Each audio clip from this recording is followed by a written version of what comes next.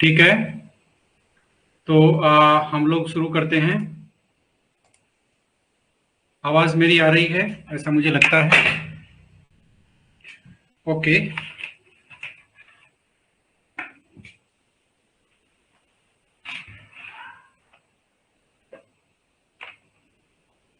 Yes. तो आज हम लोग बेसिकली डाउट क्लास लेने वाले हैं। ठीक है,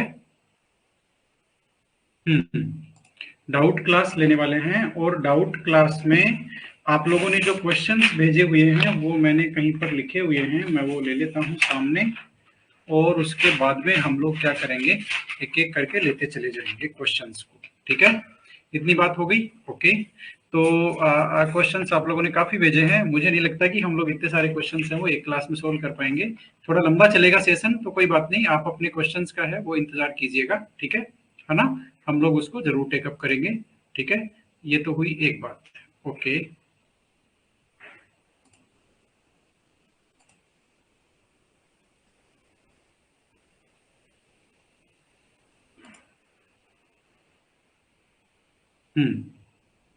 ठीक है, यस।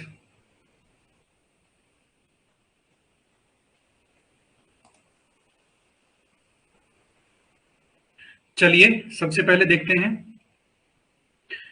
सबसे पहले हम लोग जो हमारी ये जो आज आज क्या तारीख हो गई, आज हमारी हो गई 26 तारीख। 26 तारीख के लिए हम लोग ले रहे हैं, हमारे जो डाउट क्लास है वो ले रहे हैं। ठीक है, और ये जो डाउट क्लास है ये बेसिकली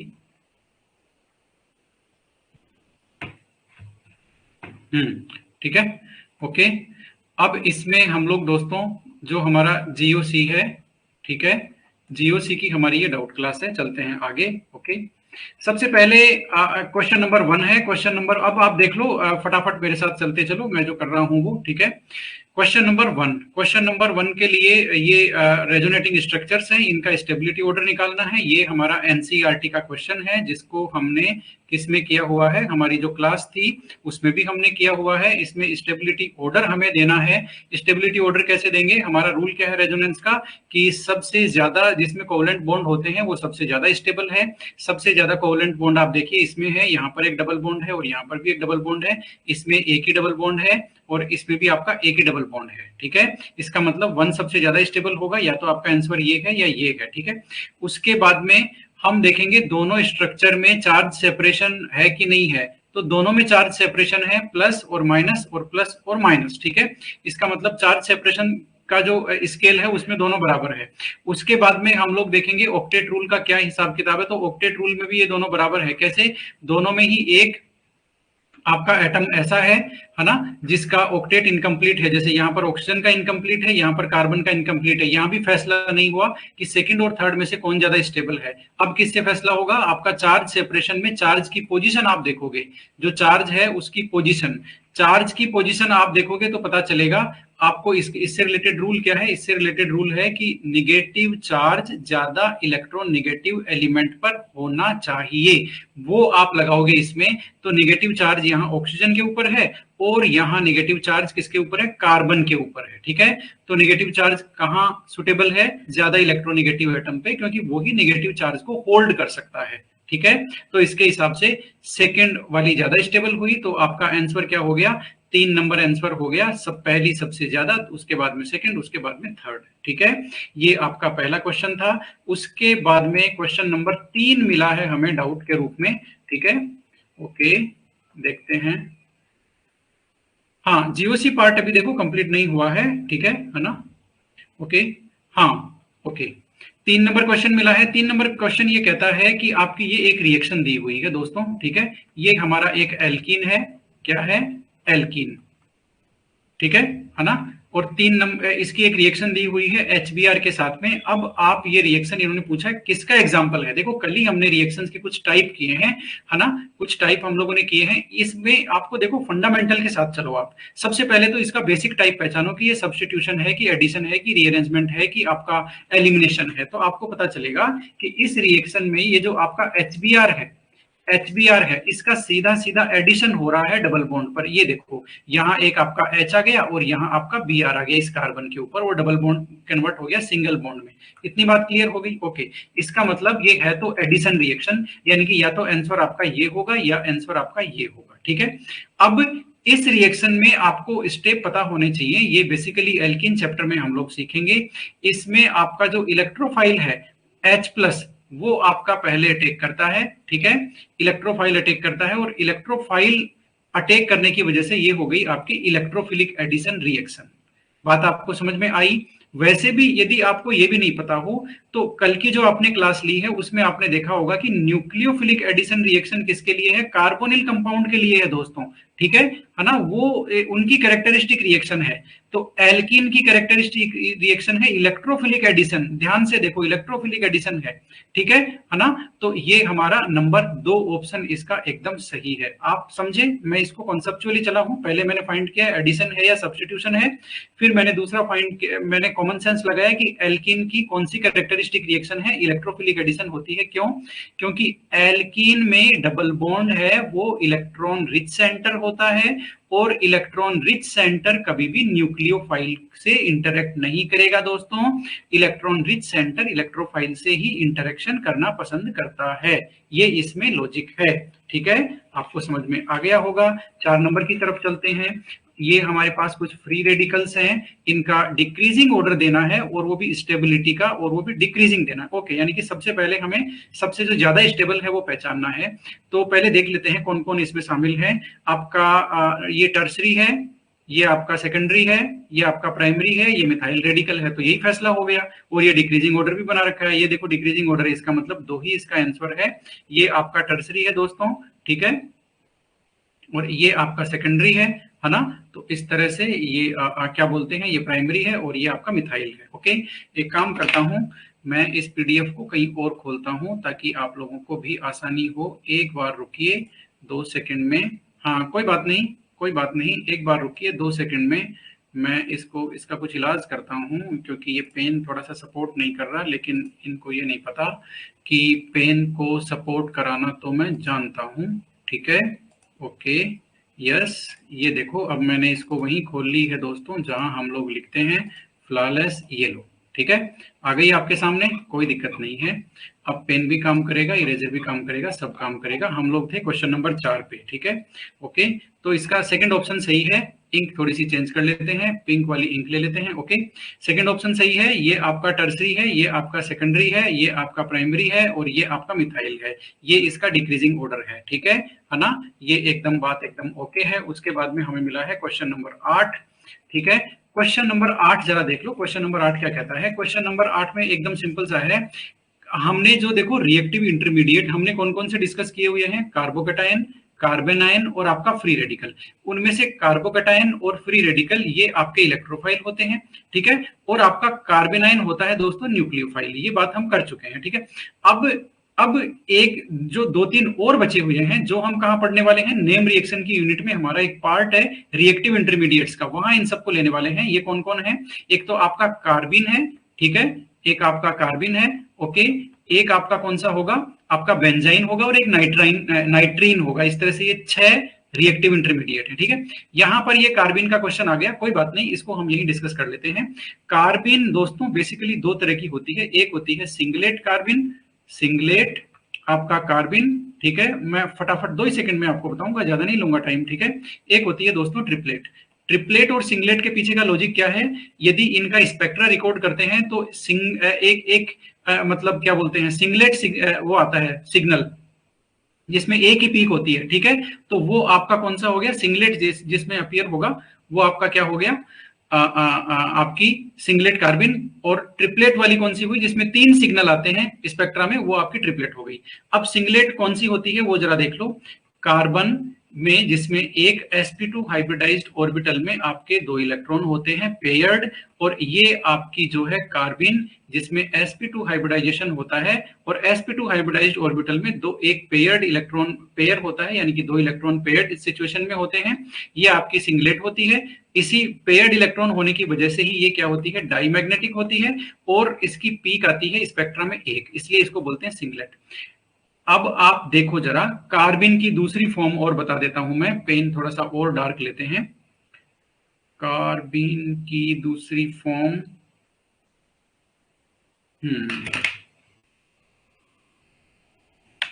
यस, कार्बिन की दूसरी फॉर्म देखिए इधर, आपके कार्बिन की दूसरी फॉर्म होती है आपका कार्बन, आपका ये R और आपका ये R, ठीक है। अब मैं इसको थोड़ा सा नीचे बनाता हूं और इसकी जो स्ट्रक्चर है वो मैं आपको दिखाता हूं यहां पर।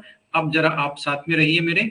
इसमें दोस्तों दो अनपेयर्ड इलेक्ट्रॉन होते हैं, पेयर्ड नहीं होते, और इसमें हाइब्रिडाइजेशन होता है sp, और sp हाइब्रिडाइजेशन जब होता है तो दो ऑर्बिटल इसके क्या हो जाते हैं, अनहाइब्रिडाइज्ड स्टेट में होते हैं, एक px और एक py। याद रखो, एक आपका px और एक आपका py, तो एक इलेक्ट्रॉन तो px में होता है, एक इलेक्ट्रॉन आपका py में होता है, दोनों ही अनपेयर्ड इलेक्ट्रॉन होते हैं, ठीक है। इसको हम और कैसे लिख सकते हैं, इसको हम इस तरह से लिख सकते हैं, एक इलेक्ट्रॉन यहां और एक इलेक्ट्रॉन बोल करके यहां, ये दो आपके अनपेयर्ड इलेक्ट्रॉन होते हैं, किसके, आपके ट्रिपलेट कार्बिन में हाइब्रिडाइजेशन होता है, sp स्ट्रक्चर होती है आपकी लीनियर। बात आपको समझ में आ गई। तो सिंगलेट कार्बिन कौन सा है, जिसमें इलेक्ट्रॉन पेयर एक साथ पेयर्ड फॉर्म में होता है, डाइमैग्नेटिक, ये वाली आपकी पैरामैग्नेटिक है, ठीक है।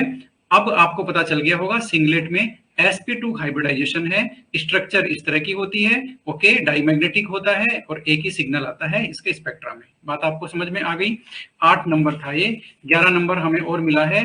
11 नंबर ये कह रहा है decreasing stability of free radical. अब मैं थोड़ा सा तेज चलूंगा, है ना, थोड़ा सा तेज चलूंगा, okay, yes, decreasing order of क्या है, ये फ्री रेडिकल्स है, ओके।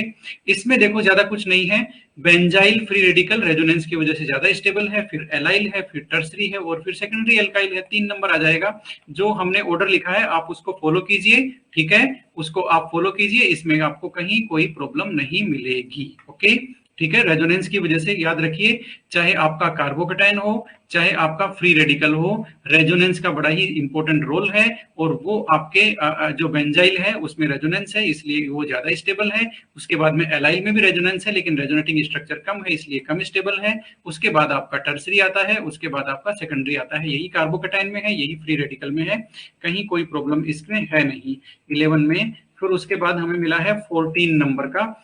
14 नंबर में देखो हमारे प्रॉब्लम क्या है, टोटोमेरिज्म का है। टोटोमेरिज्म अभी तक हम लोगों ने फुल्ली डिस्कस किया नहीं है। टोटोमेरिज्म का मेरी तरफ से आपको एक वीडियो मिलेगा जिसमें टोटोमेरिज्म के जितने भी पीवाईक्यूज हैं वो भी सोल्व किए जाएंगे, लेकिन कोई बात नहीं, यहां हम इसका आंसर जरूर देखेंगे।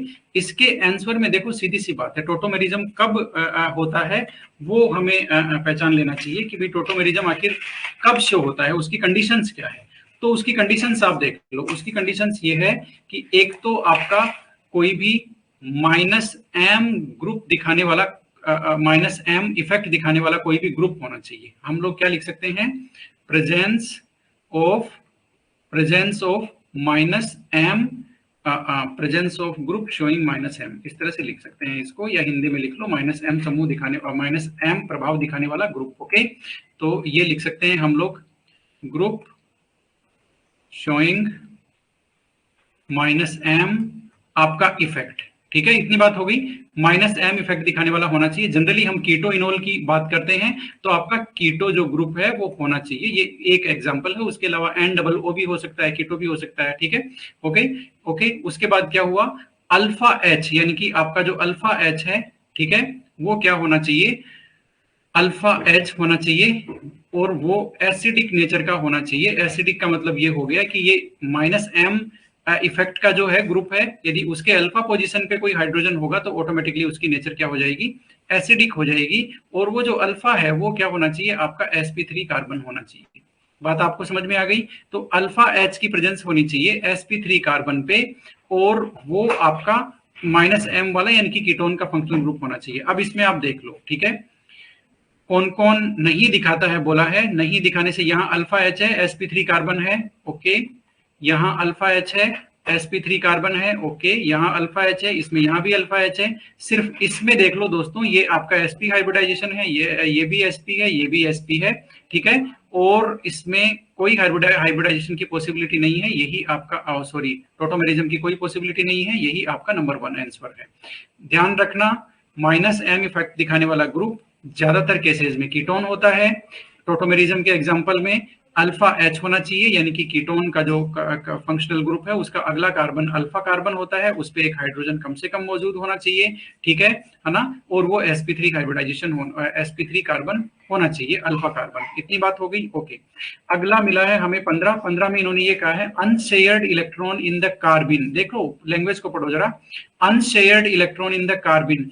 कार्बिन में अनशेयर्ड इलेक्ट्रॉन, तो देखो अभी हमने बनाया था कार्बिन का स्ट्रक्चर, आपने ये बनाया था, तो क्या बोलते हैं, इसमें भी दो इलेक्ट्रॉन अनशेयर्ड है, और आपने ये जो बनाया था इसमें भी आपके देखो दो इलेक्ट्रॉन क्या है, अनशेयर्ड है दोस्तों। तो अनशेयर्ड इलेक्ट्रॉन तो कितने होंगे, दो होंगे कार्बिन में।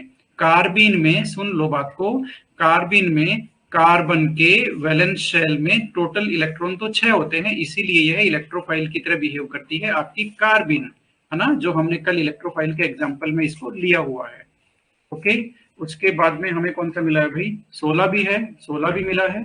16 जरा देख लो, nucleophilic attack on carbon carbon double bond generates. क्या जनरेट करेगा जरा देखो, न्यूक्लियोफिलिक अटैक कराना है, ये लो भाई, मैंने कार्बन कार्बन डबल बॉन्ड बनाया, एक मैंने बनाया न्यूक्लियोफाइल, ये मैंने न्यूक्लियोफाइल कराया। अब न्यूक्लियोफाइल का अटैक आप कराओगे तो वो क्या जनरेट करना चाहिए, न्यूक्लियोफाइल का अटैक, ठीक है। यदि आप न्यूक्लियोफाइल का अटैक यहां पर इस तरह से कराओगे तो ये जो बॉन्ड्स हैं ये आपके इधर चले जाएंगे, ठीक है। तो फाइनली क्या जनरेट होगा, आपका कार्बन आयन जनरेट होगा, ठीक है। तो न्यूक्लियोफाइल का अटैक जब होगा इसके ऊपर तो आपका कार्बन आयन जनरेट होगा, ठीक है ना। तो इसमें आंसर आएगा आपका नंबर 2। इतनी बात हो गई, ओके। चलते हैं आगे, ठीक है। उसके बाद में आपने 17 बताया है, 17 देखो, following is not true, not true about carbene. अच्छा, कार्बिन कार्बिन के सारे आए हैं, ठीक है। कार्बिन के बारे में कौन सा सही नहीं है, तो भाई कार्बिन sp2 हाइब्रिडाइज होती है, हाँ होती है भाई, आपकी सिंगलेट होती है, वो बेचारी sp2 हाइब्रिडाइज होती है, बात सही है। इलेक्ट्रॉन्स नहीं होती है, हाँ होती है, क्योंकि इसके वैलेंस शेल में 6 ही इलेक्ट्रॉन होते हैं, इसलिए ऑक्टेट इनकम्प्लीट होता है, इसलिए इलेक्ट्रॉन की कमी होती है, तो इलेक्ट्रॉन्स नहीं होती है, इलेक्ट्रोफिलिक होती है, कोई दिक्कत नहीं है। नाभिक्स नहीं होती है, नहीं भाई नाभिक्स नहीं होती है, क्योंकि आपको लगता ऐसे है कि इसमें एक इलेक्ट्रॉन पेयर है दोस्तों, आपको लगता है ना ऐसे कि ये इलेक्ट्रॉन पेयर है, लोन पेयर है, जिसको ये डोनेट कर देगा, नहीं, इसमें टोटल वैलेंस इलेक्ट्रॉन 6 इलेक्ट्रॉन है, इसलिए इलेक्ट्रोफिलिक होता है, नाभिक्स नहीं होता, यही गलत है, यही गलत है। नॉट ट्रू पूछा है ना, यही गलत है, ठीक है। उसके बाद में हमें मिला है ऑर्डर 19 को सोल्व करने का, 19 को सोल्व करते हैं। 19 थोड़ा सा अच्छा है, 19 क्या कहता है, निम्नलिखित की क्षारक प्रकृति का, अच्छा इधर पढ़ते हैं, select the correct order of basic nature of following, okay. अब बेसिक नेचर को कैसे सोल्व करते हैं, कॉन्सेप्ट ले लो यहां पर। कॉन्सेप्ट क्या है, कॉन्सेप्ट ये कहता है कि जो एसिड, सुन लो जरा, ब्रोस्टेड एसिड की बात कर रहा हूं, ब्रोस्टेड एसिड का मतलब होता है जो प्रोटॉन आपके डोनेट करते हैं, ठीक है। लेविस एसिड की बात नहीं कर रहा, ब्रोस्टेड की बात कर रहा हूं। ब्रोस्टेड एसिड, जो एसिड स्ट्रॉन्ग होगा उसका बेस वीक होगा, उसका कंजुगेट बेस वीक होगा, ठीक है। यदि आपका एसिड आपका स्ट्रॉन्ग है तो एसिड का जो कंजुगेट बेस है, कंजुगेट बेस का मतलब समझ गए ना, एसिड एक प्रोटॉन देने के बाद में उसका जो कंजुगेट बेस बनता है वो क्या होगा, वीक होगा। इसको मैं और समझा देता हूं। मान लेते हैं आपके पास एसिड है H2O, ठीक है, H2O एसिड है, ओके, या एक स्ट्रॉन्ग एसिड ले लेते हैं या वीक एसिड ले लेते हैं, ओके, वीक एसिड लेते हैं बिल्कुल ही। आपका CH4 आप जानते हो ना, ये तो बहुत ही वीक एसिड है, इसकी प्रोटॉन देने की कैपेसिटी नहीं है, ठीक है। तो ये आपका क्या हो गया, वीक एसिड हो गया। अब इससे आप प्रोटॉन निकाल लो तो क्या बनेगा, CH3 माइनस प्लस में आपका H प्लस, यही तो बनेगा। अब ये बन गया क्या, कंजुगेट बेस। कंजुगेट बेस जो बनेगा वो इसका स्ट्रॉन्ग होगा, ये लो, जैसा कि हमने कल न्यूक्लियोफिलिसिटी में किया हुआ है। तो वीक एसिड का कंजुगेट बेस स्ट्रॉन्ग होगा, स्ट्रॉन्ग एसिड का कंजुगेट बेस क्या होगा, वीक होगा। इतनी बात हो गई, ओके। अब आप इन सबके एसिड बना दो, इन सबके एसिड बना दो आप, ठीक है। इन सबके एसिड आप बनाओगे तो इसका एसिड क्या हो गया भाई, ये तो आपका क्या बोलते हैं, C2H5, ये तो इथेन है आपका, इथेन बन जाएगा इसका एसिड, ये बेस हो गया ना, तो इसमें प्रोटॉन जोड़ दो तो ये एसिड बन जाएगा इथेन। अब इथेन देखो, इथेन तो सबसे वीक एसिड है, एसिड की प्रॉपर्टी होती नहीं है इथेन में, इसका मतलब इसका जो बेस बनेगा प्रोटॉन रिलीज करने के बाद में वो सबसे ज्यादा स्ट्रॉन्ग होगा इन सब में। और ये ऑर्डर हम परसेंटेज एस करेक्टर के बेसिस पे ले भी चुके हैं, इनका एसिडिटी का ऑर्डर, है ना। मैं बताता हूं इनका एसिडिटी का ऑर्डर क्या है। ये लो, ये आपको ध्यान में होगा मेरे ख्याल से। आपका जो एल्केन है C2H6 वो सबसे कम होगा, फिर आपका C2H4 एल्कीन उससे ज्यादा एसिडिक होगा, फिर आपका CH ट्रिपल बॉन्ड CH ये उससे ज्यादा एसिडिक होगा। क्यों? क्योंकि इधर से इधर जा रहे हैं तो परसेंटेज एस कैरेक्टर है वो इंक्रीज हो रहा है, कार्बन की इलेक्ट्रोनेगेटिविटी है वो इंक्रीज हो रही है, और इलेक्ट्रोनेगेटिविटी इंक्रीज हो रही है तो एसिडिक कैरेक्टर इंक्रीज हो रहे हैं। तो ये स्ट्रॉन्ग एसिड है, इसका मतलब इसका बेस वीक होगा दोस्तों। बात आपको समझ में आ गई? तो इन तीनों में से ये बेस आपका क्या है? स्ट्रॉन्ग है, फिर ये है, फिर लास्ट में एल्काइन है, और इन सबसे ज्यादा स्ट्रॉन्ग एसिड है आपका H2O, ठीक है। इसलिए H2O का बेस, कंजुगेट बेस इन सबसे वीक है। तो आपका मेरे ख्याल से इसमें 4 नंबर ही आंसर है, और इसमें कोई आंसर आ ही नहीं सकता, ठीक है। क्योंकि बस C2H5 माइनस से ही इसको पकड़ा जाएगा यदि या ये सबसे ज्यादा स्ट्रॉन्ग होगा, ठीक है, क्योंकि इसका एसिड वीक है, बेस स्ट्रॉन्ग होगा, तो 4 नंबर आंसर हो गया, बात खत्म, ठीक है। ओके ओके 19 के बाद में 20 नंबर, ठीक है। अच्छा 20 नंबर यही है, ओके। इन्होंने कहा है कौन सा सर्वाधिक स्थायी होगा? स्थायी सबसे ज्यादा कौन है भाई? मोस्ट स्टेबल कौन है? रेडिकल है ना ये।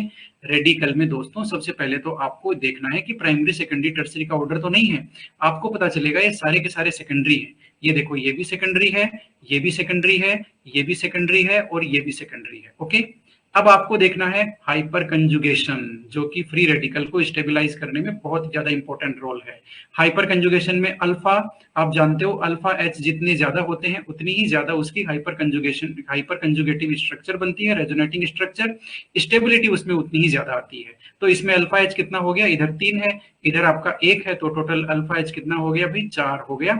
इधर अल्फा H कितना हो गया? 5 हो गया। इधर अल्फा H 1 यहाँ है, 1 यहाँ है, 2 हो गया। इधर अल्फा H यहाँ पे 2 आपका यहाँ है, 1 यहाँ है, तो 3 आपका अल्फा H हो गया, ठीक है। तो सबसे ज्यादा कहाँ है? इसमें है 2 नंबर में। 2 नंबर में अल्फा H का नंबर सबसे ज्यादा है, हाइपर कंजुगेशन सबसे ज्यादा है, स्टेबिलिटी सबसे ज्यादा है, वो ही इन्होंने पूछा है मोस्ट स्टेबल। हमने इसको सोल्व कर दिया। क्वेश्चन नंबर 22 पे चलेंगे, मेरी स्पीड थोड़ी सी अब बढ़ जाएगी। Which of the following bonds which will have lowest bond energy, यानी कि इन सब में से कम बॉन्ड एनर्जी किसकी है? सबसे आसानी से कौन सा टूट जाएगा? देखो ये तो ट्रिपल बॉन्ड है, मतलब ही नहीं है टूटने का, डबल बॉन्ड है, मतलब ही नहीं है टूटने का। लड़ाई इनकी है दोस्तों, इन दोनों की लड़ाई है। इनमें से कमजोर कौन सा है वो देखते हैं। यहाँ ये कार्बन देख लो जरा कौन सा है, ट्रिपल बॉन्ड वाला कार्बन है ये, जिसमें परसेंटेज एस कैरेक्टर सबसे ज्यादा होंगे। इसका मतलब है ये CH बॉन्ड काफी ज्यादा स्ट्रॉन्ग होने वाला है। और वैसे भी आप देख लो, कार्बन ये है और हाइड्रोजन की साइज मान लेते हैं ये है, कार्बन और हाइड्रोजन, तो ये बॉन्ड आपका क्या होगा? छोटा होगा। उधर कार्बन और आपका नाइट्रोजन का सिंगल बॉन्ड, तो उसमें दोनों ही क्या होंगे? दोनों ही बड़े होंगे, या ऑलमोस्ट सेम साइज के हैं। तो एटम जितना बड़ा होगा बॉन्ड उनका उतना लंबा होता चला जाएगा, बॉन्ड जितना लंबा होगा उतना ही वीक होगा। इसका मतलब सबसे कमजोर बॉन्ड कौन है? आपका CN है, ठीक है। एक चीज यहां पर और ले लो, CN में आपका इंटर इलेक्ट्रॉनिक रिपल्सन भी आपको मिलेगा, क्योंकि ये क्या बोलते हैं, दोनों की साइज छोटी है ना, स्मॉल साइज होने की वजह से इंटर इलेक्ट्रॉनिक रिपल्सन भी होगा CN में, ठीक है। इसीलिए क्या बोलते हैं, हाँ, इस कुल मिला के बात ये है कि इनमें जो 3 नंबर है वो आंसर होगा। बॉन्ड लेंथ के लॉजिक से आप आंसर निकाल सकते हो इसमें, यदि और भी कोई फैक्टर आपको नहीं पता है तो, ठीक है ना। तो सबसे वीक आपका CN होगा, ओके। यस, इनकी आपको मैं जो है बॉन्ड डिसोसिएशन एंथैल्पी है वो भी दे सकता हूं दोनों की। क्वेश्चन नंबर कौन सा है हमारा? 22 है। तो इसकी बॉन्ड डिसोसिएशन एंथैल्पी है आपकी 290 किलो जूल पर मोल। और ये जो CH बॉन्ड है ट्रिपल बॉन्ड वाला, ये तो भी बहुत खतरनाक है, 552 किलो जूल पर मोल इसकी क्या होती है? आपके बॉन्ड डिसोसिएशन एंथैल्पी होती है। दिन रात का अंतर है इनमें, ठीक है ना। क्वेश्चन नंबर हमें अगला कौन सा मिला है? हमें मिला है 26 में मिला है कौन सी रिएक्शन है बोल करके। देखो अब आप इसमें लॉजिक लगाओ, क्या ये सब्स्टिट्यूशन, क्या कोई सब्स्टिट्यूशन यहाँ पे हो रहा है, प्रतिस्थापन हो रहा है? नहीं हो रहा। क्या यहाँ पर कोई एडिशन हो रहा है? देखो यहाँ कोई रिएजेंट ही नहीं है। जब यहाँ कोई रिएजेंट ही नहीं है तो न तो ये एडिशन हो सकता है, न सब्स्टिट्यूशन हो सकता है, न कोई डिस्प्लेसमेंट हो सकता है। आप देखो ना ओवरऑल क्या हो रहा है, ओवरऑल रीअरेंजमेंट हो रहा है। कैसे रीअरेंजमेंट हो रहा है? ये ऑक्सीजन आपका उठ करके यहाँ से यहाँ आ गया दोस्तों, यहाँ हाइड्रोजन तो पहले से है और उसके साथ आगे जुड़ गया और ये OH हो गया। तो ये केवल एक रीअरेंजमेंट हो रहा है एटम्स का, एटम्स आपस में रीअरेंजमेंट कर रहे हैं, न कोई प्रतिस्थापन है, न कोई योगात्मक है, कुछ भी नहीं है, ठीक है। इसके बाद में क्वेश्चन मिला है 28 का थोड़ा इंटरेस्टिंग है, हेप्टेन के समावयवी होते हैं। अब देखो जरा, हेप्टेन के समावयवी कैसे बनानी है ये मैं आपको बताता हूं बना करके। और इसके लिए सर 22 में हाईएस्ट कौन सा होगा? 22 में हाईएस्ट तो भाई ट्रिपल बॉन्ड वाला हो जाएगा। 22 क्वेश्चन कौन सा है? हाईएस्ट तो ट्रिपल बॉन्ड कोई प्रॉब्लम नहीं है, ट्रिपल बॉन्ड।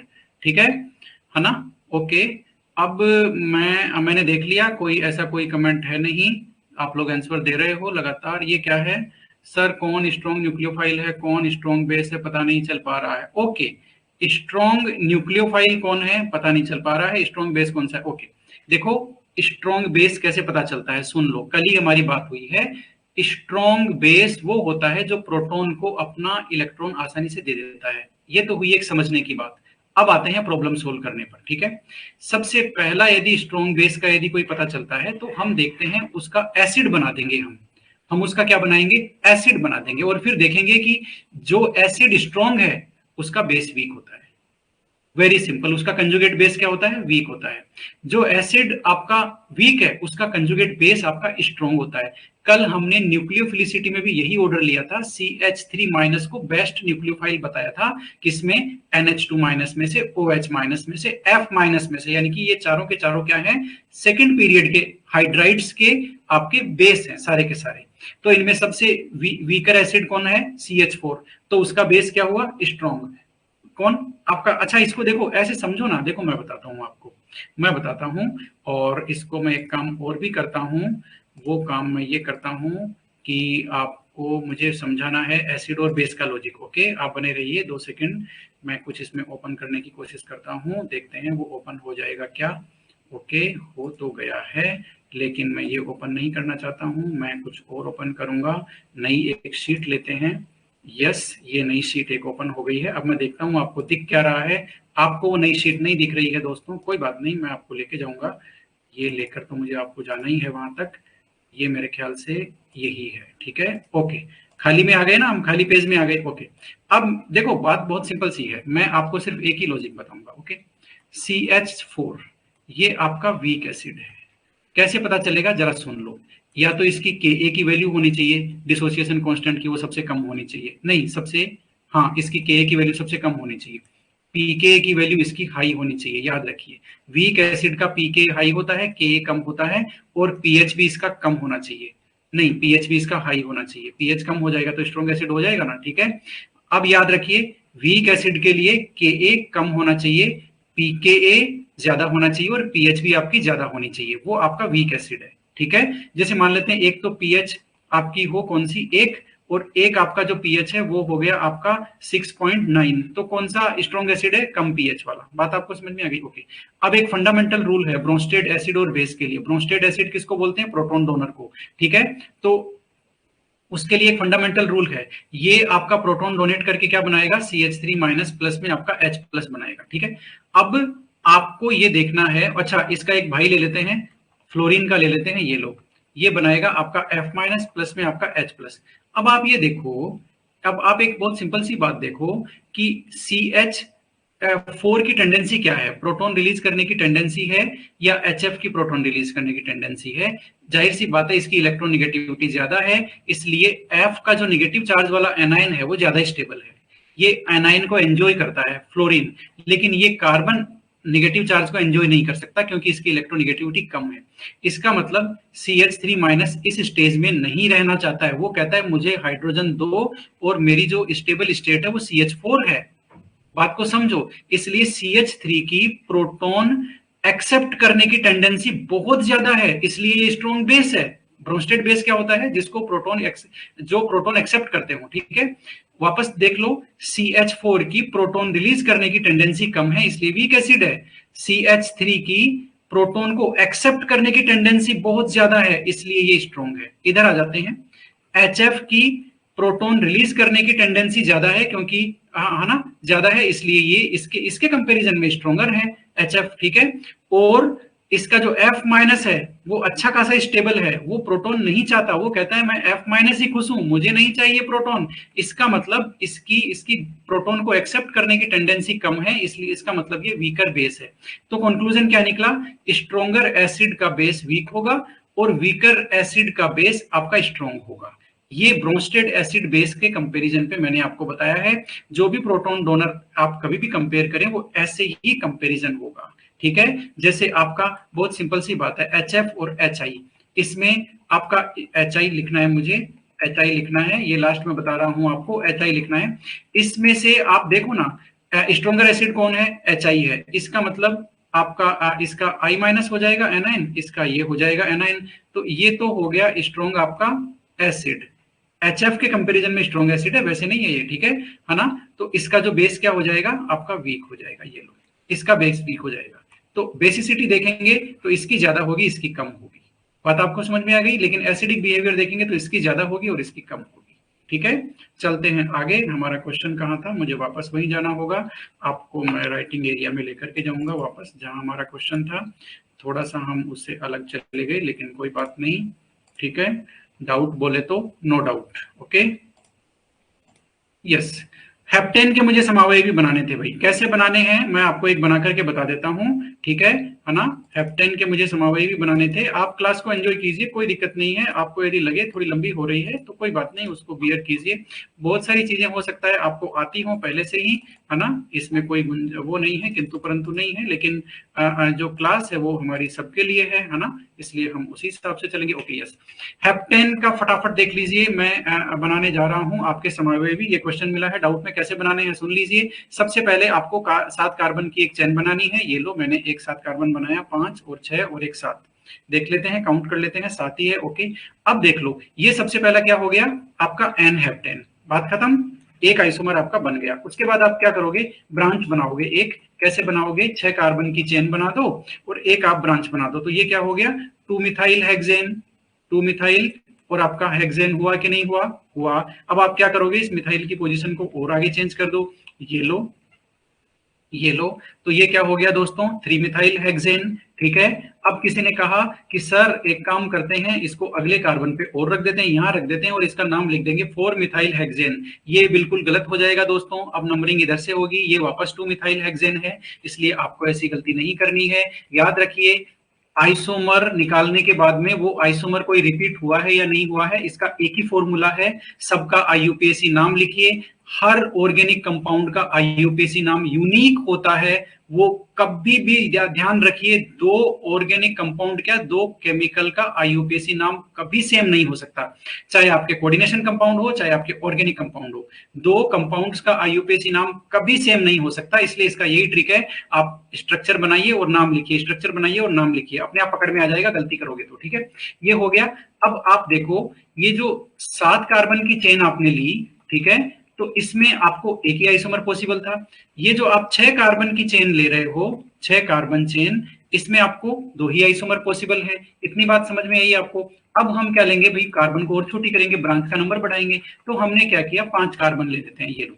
अब हमने 2 कार्बन, हमारे 2 मिथाइल ग्रुप लगेंगे ना, सबसे पहले हमने लगाया ये हमारा 2 मिथाइल ग्रुप 2 और 2 पे लगाया, तो ये क्या हो गया, 2,2 डाइमिथाइल। बात आपको समझ में आ गई, 2,2 डाइमिथाइल पेंटेन। फिर हमने क्या किया, एक काम करते हैं, इनको 2,2 डाइमिथाइल की जगह है 5 कार्बन लगा करके इनको 3rd कार्बन पे लगा देते हैं, ये हो गया आपका 3,3 डाइमिथाइल। बात खत्म। ओके, फिर किसी ने कहा कि भाई किसी डॉक्टर ने थोड़ी बताया है दोनों मिथाइल एक ही कार्बन पे लगाओ, ये वाले अलग अलग भी लगा सकते हैं, तो लगा देते हैं, कहाँ दिक्कत है। ये लो, 5 कार्बन में ही देखो कितनी पॉसिबिलिटी आ गई, एक हमने यहां लगाया, एक हमने यहां लगाया, ये हो गया हमारा 2,3, ठीक है। बात आपको समझ में आई। एक और पॉसिबिलिटी बनती है इसमें 5 की, वो कौन सा, आप यस, एक आप लगाओ यहां पर कार्बन और एक आप लगाओ यहां पर मिथाइल, ये हो गया 2, 3, 4, यानी कि आपका 2,4 डाइमिथाइल। बात आपको समझ में आ गई। 5 कार्बन में दोस्तों इसके अलावा और कोई सा भी पॉसिबल नहीं है।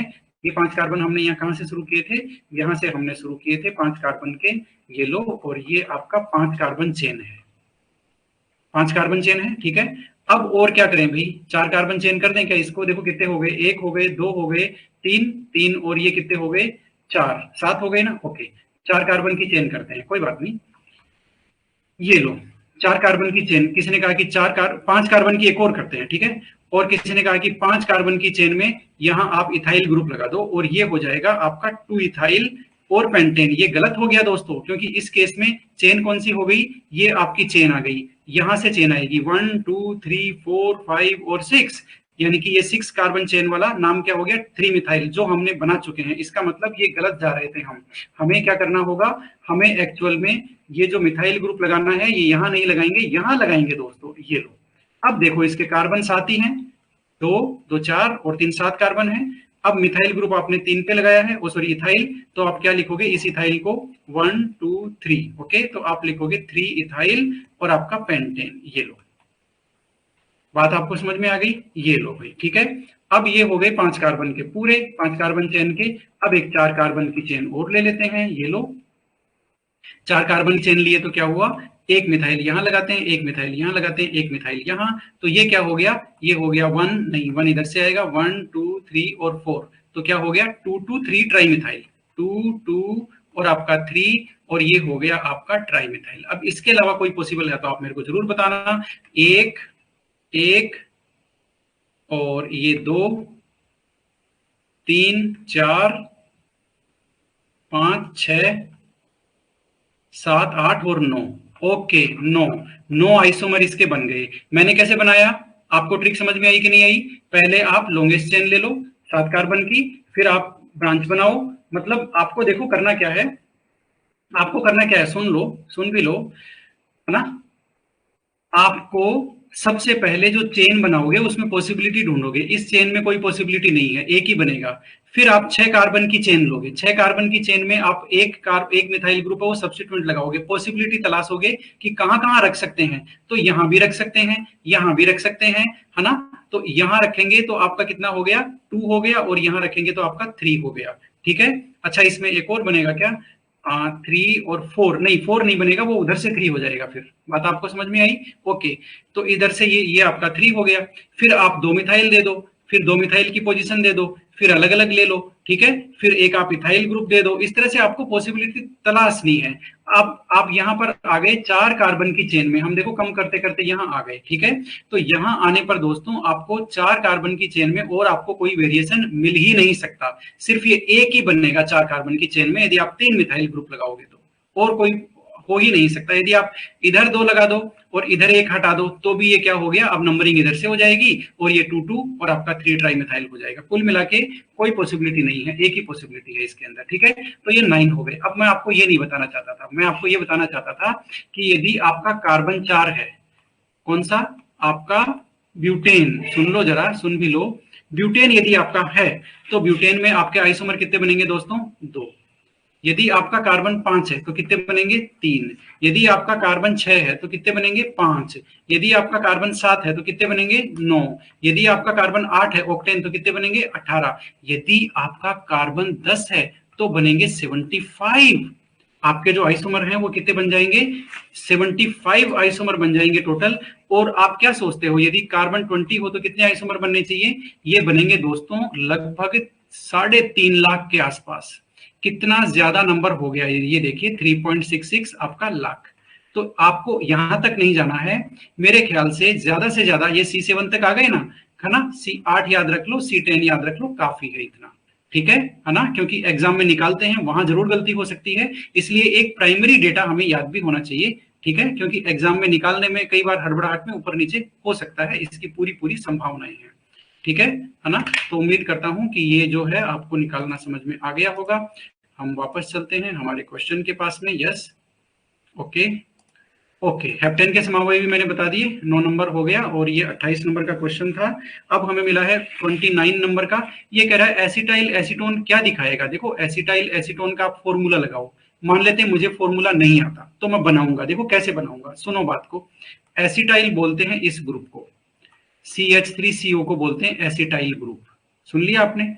एसीटोन बोलते हैं इसको, ये मुझे पता है, ये इसको क्या बोलते हैं दोस्तों, एसीटोन। अब आप इनको मिला दो तो बन जाएगा एसिटाइल एसीटोन। तो मैंने मिला दिया इनको, कैसे मिलाया मैंने, CH3 C double bond O, और यहां हो जाएगा दोस्तों CH2, और ये C डबल बॉन्ड O, और ये CH3। ये लो, ये तो एसीटोन और ये एसिटाइल हो गया, एसिटाइल एसीटोन। बात समझ में आ गई आपको, ये इसका कॉमन नेम है। आईयूपीएसी नाम क्या है, पेंटेन 2,4 डाइओन हो जाएगा, पेंटेन 2,4 डाइओन। इतनी बात हो गई। अब ये टोटोमेरिज्म दिखाएगा कैसे, ये देखो अल्फा कार्बन, 2 हाइड्रोजन है एसिडिक नेचर के, आराम से अल्फा वो टोटोमेरिज्म दिखाएगा, इंपॉर्टेंट केस है, इसमें इनोल कंटेंट भी ज्यादा होगा क्योंकि इसका इनोल रेजोनेंस स्टेबलाइज है, तो ये टोटोमेरिज्म दिखाएगा, कहीं कोई प्रॉब्लम नहीं है। हमने शायद इसका वीडियो में एग्जांपल भी लिया हुआ है। 29 हो गया, चलते हैं आगे, 35 नंबर पे चलते हैं। 35 36 है। 35 देखो भाई, ये हम बेसिकली तो आगे करने वाले हैं, ठीक है, फिर भी यहाँ इसका आंसर ले लेते हैं। आपका कार्बोकैटायन, कार्बोकैटायन कहाँ का इंटरमीडिएट बनता है? E1 में भी बनता है, SN1 में भी बनता है, और इलेक्ट्रोफिलिक एडिशन एल्कीन की हमने देखा ना अभी, इन सब में बनता है, ठीक है। तो आपका ऑल ऑफ द अबव आ जाएगा। कार्बोकैटायन इन सब में इंटरमीडिएट बनता है। इनकी मैकेनिज्म हम अभी देख नहीं पाएंगे, वो कहाँ कहाँ आएगी देख लो जरा। ये दोनों आएगी आपकी हेलो एल्केन में, हेलो एल्केन में आएगी ये दोनों। ये कहाँ आएगी? ये आगे आएगी आपके नेक्स्ट चैप्टर एल्कीन में दोस्तों। कौन सी? इलेक्ट्रोफिलिक एडिशन, है ना, ठीक है। 36 मिला है, 36 को हम वैसे भी सोल्व कर चुके हैं पहले भी, रेजोनेंस के बेसिस पे है। रेजोनेंस में मोस्ट स्टेबल पूछा है इन्होंने। हमारा नंबर 1 रूल क्या है? सबसे ज्यादा कोवलेंट बॉन्ड होंगे तो वो रेजोनेटिंग स्ट्रक्चर सबसे ज्यादा स्थायी होगी। सबसे ज्यादा कोवलेंट बॉन्ड आपके 3 नंबर में है, 2 पाई बॉन्ड है, इसमें एक ही है, इसमें एक ही है, इसमें 2 पाई बॉन्ड है। सिग्मा बॉन्ड का नंबर तो सब में सेम होता है, ठीक है, पाई बॉन्ड इसमें ज्यादा है, इसलिए टोटल कोवलेंट बॉन्ड इसी में ज्यादा होंगे, इसलिए यही आपकी मोस्ट स्टेबल है, कहीं कोई दिक्कत नहीं है। 36 से आगे चलते हैं 41 पे, ठीक है ना, 41 पे नंबर ऑफ सिग्मा, अच्छा ठीक है, ये क्या नाम है जरा देख लो, ब्यूट इन आइन। अब मैं इसका आपको बना के बताता हूं दोस्तों फॉर्मूला, किसका? ब्यूट इन आइन का, ठीक है ना। आप मतलब इसमें कैसे चूके, मुझे ये समझ में नहीं आया, ठीक है, आप थोड़ा सा इसको देखिएगा, मैं कैसे आपको बताता हूँ, देखता हूँ आपको दिख रहा है क्या? हाँ बिल्कुल दिख रहा है, यस, है ना, ओके। आपका देखो नाम क्या है? ब्यूट, फिर है इन, और फिर है आइन, यही तो है। इसमें आपको क्या बताना है दोस्तों? चलो छोड़ो, हाँ सिग्मा और पाई बताना है, सिग्मा बताएंगे और पाई बताएंगे। जरा देखो इधर, ब्यूट इन आइन, मुझे मान लेते हैं स्ट्रक्चर नहीं आता, मैं कैसे निकालूंगा? सबसे पहले ब्यूट देखूंगा, प्रीफिक्स कोई है क्या? कोई प्रीफिक्स नहीं है, तो वर्ड रूट क्या है? ब्यूट, 4 कार्बन लगाऊंगा, बात खत्म। फिर मैं क्या लगाऊंगा? एक इन और एक आइन, तो जाहिर सी बात है इन यहां लगेगा तो आइन यहां तो लग नहीं सकता, आइन फिर यहीं लगेगा, और कोई रास्ता ही नहीं है, बात को समझो, ठीक है। ये हो गया आपका ब्यूट इन आइन। अब मैं इसमें हाइड्रोजन लगा दूंगा, यहाँ 2 लगेगा, यहाँ 1 लगेगा, यहाँ 1 भी नहीं लगेगा, यहाँ 1 लगेगा, इतनी बात हो गई, ओके। अब मुझे गिनना है पाई बॉन्ड का नंबर, सबसे पहले मैं गिन लेता हूं। तो पाई बॉन्ड 2 तो यहाँ है और 1 आपका यहाँ है, तो पाई बॉन्ड तो हो गया दोस्तों 3। अब सिग्मा बॉन्ड गिन लेते हैं, 1 यहाँ पे है, 2 यहाँ पे है, मतलब 1 यहाँ पे है और 1 यहाँ पे, 3 तो ये हो गए, ठीक है, 3 आपके सिग्मा बॉन्ड तो ये हो गए। अब हाइड्रोजन कितने हैं? कार्बन कार्बन बॉन्ड कितने हुए देखो, कार्बन कार्बन बॉन्ड हो गए 3। अब कार्बन हाइड्रोजन भी गिन लेते हैं, ये भी सिग्मा बॉन्ड है, 1 यहाँ पर, 1 यहाँ पर, 2 और ये 2 यहाँ पर, 4, तो ये हो गए 4, यानी कि 7 आपके सिग्मा हो गए और पाई आपके हो गए दोस्तों 3। आपको समझ में आ गया होगा, बिल्कुल एक छोटे बच्चे को जिस तरह से बताते हैं उस तरह से मैं इसको लेकर के चला हूं, ठीक है, चाहे आपको ये आए और चाहे नहीं आए, लेकिन क्या बोलते हैं, इस तरह से बताना है वो इसलिए जरूरी होता है क्योंकि यस। चलिए बाकी बात बाद में, अगला क्वेश्चन लेते हैं 41 के बाद में 43। अब इस बीच देखता हूं आपने क्या लिखा है, स्ट्रॉन्ग कौन सा है, वीक कौन सा है, नंबर 9 में 4 होगा, 19 में, 19 तो हमारे भी डाउट, अच्छा 19 में 4 आएगा क्या? देखता हूं मैं क्या बात है, देखता हूं क्या बात है। 22 में हाईएस्ट कौन सा होगा? 22 में हाईएस्ट, अच्छा ये तो हमारी बात हो गई थी, है ना। 36 में स्टेबिलिटी ऑर्डर बताइए, 36 में स्टेबिलिटी ऑर्डर देखते हैं क्या स्टेबिलिटी ऑर्डर है, भी देखते हैं। Yes sir, yes sir, yes sir, बंद हो रहे हैं, 8 ही हो रहे हैं। 8 ही क्यों बन रहे हैं भाई? 8 ही क्यों बन रहे हैं? अलग तरीके से पूछा है, बेसिसिटी और न्यूक्लियोफिलिसिटी। क्वेश्चन एक स्पेसिफिक सीक्वेंस चेंज है 12 में, क्वेश्चन एक ही है, स्पेसिफिक सीक्वेंस चेंज है 12 में, कोई बात नहीं। हाँ वो रेजोनेंस वाला क्वेश्चन की बात कर रहे हो क्या? नहीं, 12th में क्वेश्चन दो, कोई बात नहीं, 12th में क्वेश्चन बताओ एक बार, 12th में, ठीक है, हो गया, क्या है ये, चलो कोई बात नहीं, ओके। चलते हैं भाई, वापस चलते हैं, कहाँ थे हम लोग? यस, 36 क्या है? Stability order. 36 में स्टेबिलिटी ऑर्डर निकालना थोड़ा सा मुश्किल इसलिए है, लेकिन निकाला जा सकता है, कहीं कोई दिक्कत नहीं है। कैसे आप निकालेंगे? थर्ड तो सबसे आपकी ज्यादा स्टेबल हो जाएगी। अब आप इसमें ये देख लो कि कार्बोकैटायन कौन सा स्टेबल ज्यादा है और कौन सा कम स्टेबल है। जाहिर सी बात है, ऑक्सीजन इलेक्ट्रोनिगेटिव एटम है, वो कार्बोकैटायन के पास में आ गया, तो आपका सेकंड नंबर है वो कम स्टेबल होना चाहिए, ठीक है। और जो है आपका फर्स्ट नंबर है वो ज्यादा स्टेबल होना चाहिए, तो इसके बाद में फर्स्ट आएगा और आपका आएगा सेकंड। क्योंकि इनमें बाकी सारे फैक्टर आपके बराबर हैं। कार्बन यहाँ भी देखो ऑक्टेट इनकम्प्लीट है, यहाँ भी ऑक्टेट इनकम्प्लीट है, एक डबल बॉन्ड है, चार्ज सेपरेशन भी इक्वल है। तो फाइनली आप चार्ज की पोजीशन देखेंगे, चार्ज की पोजीशन इलेक्ट्रोनेगेटिव एटम के ऊपर या उसके अगल बगल में नहीं होना चाहिए पॉजिटिव चार्ज, वो अच्छी बात नहीं है। इलेक्ट्रोनेगेटिव एटम को इलेक्ट्रॉन चाहिए, वो नेगेटिव चार्ज रखना पसंद करता है।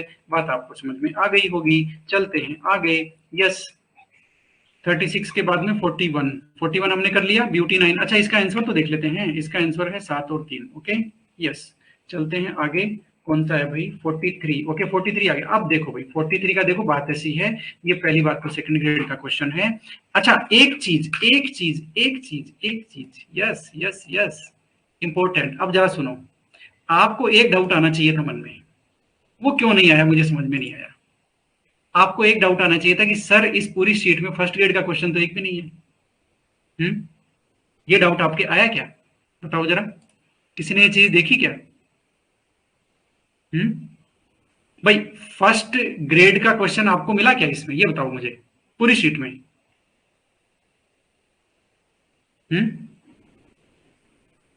नहीं आया, क्यों नहीं आया बताओ? अच्छा क्यों नहीं आया, तो हम ये यूनिट क्यों पढ़ रहे हैं फिर? बात को समझो, फर्स्ट ग्रेड का क्वेश्चन इसमें नहीं है। क्यों नहीं है? क्योंकि हमारे देखो ये जो सारे क्वेश्चन है ना, ऐसी एग्जाम से लिए गए हैं जहां पर जनरल ऑर्गेनिक केमिस्ट्री की यूनिट है दोस्तों, वहां पर है, कॉलेज लेक्चरर में है, केमिस्ट में है, सेकंड ग्रेड में है। ठीक है, हमारे सिलेबस में जनरल ऑर्गेनिक केमिस्ट्री की यूनिट नहीं दे रखी है, लेकिन बिना जनरल ऑर्गेनिक केमिस्ट्री पढ़े हम आगे नहीं जा सकते, ये हमारी मजबूरी है। तो ये हमारे सिलेबस की छुपी हुई यूनिट है। बात को समझो, क्योंकि उनको पता है कि ऑर्गेनिक के बाकी चैप्टर दे दो, ये चैप्टर तो बंदे को पढ़ करके ही आगे जाना है, बिना इसको पढ़े तो वो आगे जा ही नहीं सकता। ठीक है, इसलिए आपको फर्स्ट ग्रेड का इसमें कोई क्वेश्चन नहीं मिलेगा, बाकी सारे एग्जाम के मिलेंगे, लेकिन ये हमें तो पढ़नी ही थी, इसमें कोई डाउट नहीं था। ठीक है, पढ़नी तो हमें थी, क्योंकि इसको बिना पढ़े हम आगे नहीं जा सकते ना। मैं कैसे आपको इलेक्ट्रोफाइल न्यूक्लियोफाइल रिकॉल कराऊंगा, कैसे मैं आपको न्यूक्लियोफिलिक इलेक्ट्रोफिलिक सब्स्टिट्यूशन रेजोनेंस को रिकॉल कराऊंगा, क्योंकि मैं इन सब का बहुत ज्यादा यूज लेने वाला हूं। आप याद रखिएगा, मेरा जो टीचिंग स्टाइल है वो एनसीईआरटी की तरह है। एनसीईआरटी पता है क्या करती है? बहुत वो करती है चालाकी। कैसे? यदि उसने कोई एक ऑर्गेनिक की इक्वेशन क्लास 11 में लिखी है, तो वो क्लास 12 में वहां वो इक्वेशन आएगी ना, तो वहां क्या लिखेगा? Please refer for this equation this reaction in class 11 chapter फलाना फलाना। मैं भी यही करने वाला हूं कि जैसे ही आएगा रेजोनेंस, मैं सीधा बताऊंगा ये रेजोनेंस ज्यादा स्टेबिलाईज है। वहां यदि आप ये कहोगे कि सर ये कैसे हुआ, तो मैं सीधा रेफर करूंगा आपको, प्लीज रेफर लेसन नंबर फलाना फलाना एल फलाना फलाना। बात आपको समझ में आई? ओके, तो ऐसा ही हम जो कार्बोकेटाइन की स्टेबिलिटी मान लेते हैं, हम पढ़ रहे हैं इलेक्ट्रोफाइल न्यूक्लियोफाइल कुछ भी, कार्बोकेटाइन का स्टेबिलिटी का ऑर्डर फंस गया। ठीक है, तो कार्बोकेटाइन का स्टेबिलिटी का ऑर्डर अब मैं वहां थोड़ी ना आपको बताने वाला हूं, मतलब ही नहीं है। मैं सीधा रेफर करूंगा, भैया रेफर फलाना फलाना लेक्चर, फलाना फलाना पीडीएफ। बात आपको समझ में आई? Okay yes. तो ये आपने देखा कि इसमें फर्स्ट ग्रेड का क्वेश्चन क्यों नहीं है।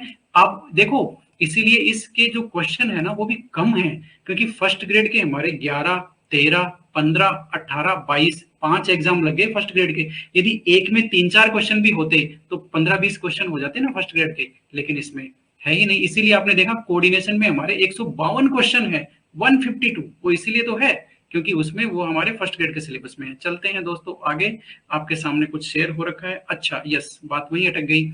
ये क्वेश्चन कैसे सोल्व होगा देख लो जरा, मैं इसको आपको दूसरे उसमें लेके चलता हूं। क्वेश्चन को मैं आपको समझा दूं पहले। क्वेश्चन ये कह रहा है कि एक कार्बनिक यौगिक में कार्बन का प्रतिशत इन्होंने दिया है, परसेंटेज है कार्बन का इतना और हाइड्रोजन का इतना। ठीक है, इन्होंने इसका मूलानुपाती सूत्र, मूलानुपाती सूत्र का मतलब है इंपीरिकल फॉर्मूला। इंपीरिकल फॉर्मूला का मतलब ये हो गया आपका, एक तो होता है मोलिकुलर फॉर्मूला और एक होता है इंपीरिकल फॉर्मूला। ठीक है, इंपीरिकल फॉर्मूला का मतलब उन एलिमेंट्स का एक्चुअल रेशियो, जैसे आपका बेंजीन है, ये तो है मोलिकुलर फॉर्मूला।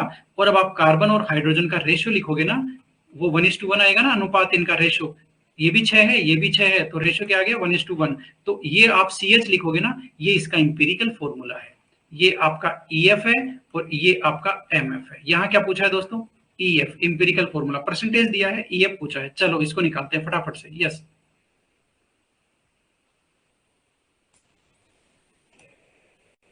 ओके, ठीक है। आज ब्लैक बोर्ड दूसरा है और क्वेश्चन उधर है, ठीक है, इसलिए इधर उधर बीच बीच में स्विच कर रहे हैं। यस, देखता हूं आपको दिख रहा है क्या? बिल्कुल दिख रहा है। यस, चलते हैं। ओके, तो इसमें कार्बन का परसेंटेज कितना दिया हुआ है? 85 पॉइंट जो भी है 7 होगा शायद, ठीक है। हाइड्रोजन का कितना है? 14.3 ये दिया हुआ है, ठीक है। अब एक चीज देखो, आप एक चीज देखो, आपको निकालना है इंपेरिकल फॉर्मूला। कोई बात नहीं, अभी निकाल देते हैं। तो जो कोई एटम है उसका नंबर निकालने का फॉर्मूला देख लो। यदि आपको परसेंटेज दी हुई हो, आपको सीधा उसका नंबर निकालना है, रेशियो निकालना है। वो कैसे निकलेगा जरा देख लो। इसका फॉर्मूला है, फॉर्मूला क्या कहता है? फॉर्मूला ये कहता है कि सबसे पहले तो आपको अज्यूम करना है कि आपको गिवन मास 100 दिया हुआ है। क्या करना है? अज्यूम दिया हुआ है। If given mass is taken as आपका कितना? 100 ग्राम। हमें 100 ग्राम मान के चलना है कि भाई हमारे पास 100 ग्राम है। फिर हम मानेंगे कि 100 ग्राम में 85.7% तो कार्बन का है और हाइड्रोजन का इतना परसेंटेज है, फिर निकलेगा आपका। अब आपका फॉर्मूला क्या है जरा देख लो। कार्बन का निकालते हैं। कार्बन का क्या है? आपका गिवन मास क्या हो गया भाई? 100। मोलिकुलर मास 12 मल्टीप्लाइड बाई इसकी परसेंटेज 85.7, जो भी आएगा वो आ जाएगा, शायद 7 पॉइंट कुछ आएगा, 14 के आसपास। हाइड्रोजन का गिवन मास मोलिक्यूल का आपका 100, हाइड्रोजन का molar mass 1 divided by percentage कितना? 14.3। कितना आ गया? इसका भी नंबर आ जाएगा 14 पॉइंट आपका 3। नहीं, यही हुआ ना? हाँ, यस। ये कितना हुआ? ये गड़बड़ हो गया ना यहाँ पर, ये ऊपर आएगा। बात को समझ गए ना आप? ठीक है, 7 12 नहीं, ठीक है। Okay, yes, okay, yes. ये आना चाहिए आपका 100 है ना? ओके, एक बार मल्टीप्लाई करो भाई। 85.7 को आपको मल्टीप्लाई करना है किससे? 12 से। और उसको हम 12 से मल्टीप्लाई करो एक बार। 85.7 को 12 से मल्टीप्लाई करो।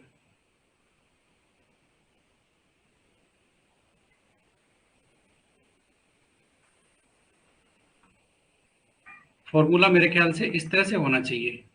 सही बात है क्या? बताना जरा फटाफट।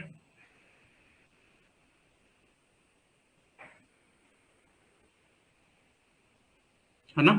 देखते हैं किसने क्या लिखा है। 7.14 किसको आपने किस किस को मल्टीप्लाई किया? किसको मल्टीप्लाई किया? 85.7 इंटू 12 को करके बताओ एक बार कितना आता है।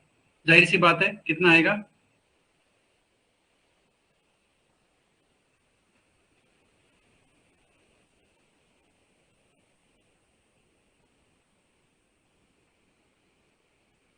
बताओ बताओ। हाँ, इतना आ रहा है ना? ठीक है, मतलब 7 पॉइंट कुछ आएगा। ओके, ठीक है। तो ये आएगा आपका 7.1 के आसपास। और इसी तरह से यदि आप उसका करोगे, किसका? 1 ग्राम है ना? ठीक है, आउट ऑफ टोटल 100, और उसका परसेंटेज कितना हो गया? 14.7। तो इसका कितना आएगा? नहीं, ये तो गलत है ना? सही नहीं है ये, ठीक है। ये भी मेरे ख्याल से आपने मल्टीप्लाई सही नहीं किया। 85 को 12 से करते हैं तो 700 नहीं आना चाहिए। मोबाइल कहाँ है मेरा?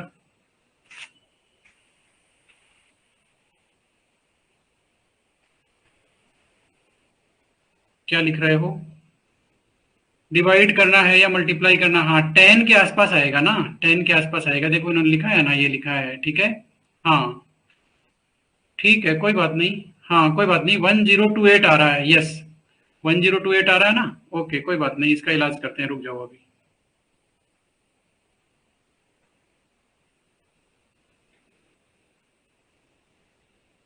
1028 आ रहा है, कोई बात नहीं। कोई बात नहीं, वेरी गुड, ठीक है। इसका इलाज करते हैं, रुक जाओ। इसमें हो गया आपके।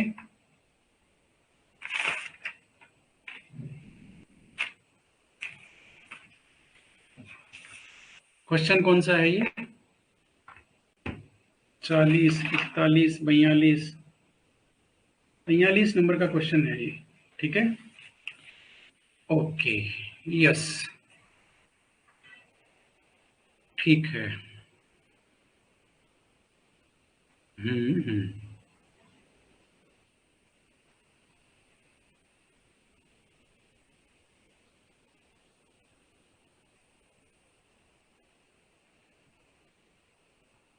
ठीक है, कोई बात नहीं। हम इसको क्या है कि नंबर निकालने के लिए सीधा करेंगे। देखो अब इधर देखो फटाफट से। अब इधर देखो, अब इसको दूसरे तरीके से ले जाते हैं। हाँ देखो, हम्म, ठीक है। 100 ग्राम में आप जानते हो ना, 100 ग्राम। चलो इसको 100 को छोड़ो एक बार, है ना। ये क्वेश्चन थोड़ा सा लंबा चला गया, कोई बात नहीं। इसमें आपको दिया हुआ है 85.7। मान लेते हैं 100 ग्राम में 85.7% है ना। तो मान लेते हैं आपका मोलर रेशियो निकालना है हमें, ठीक है। मोलर रेशियो कैसे निकालेंगे?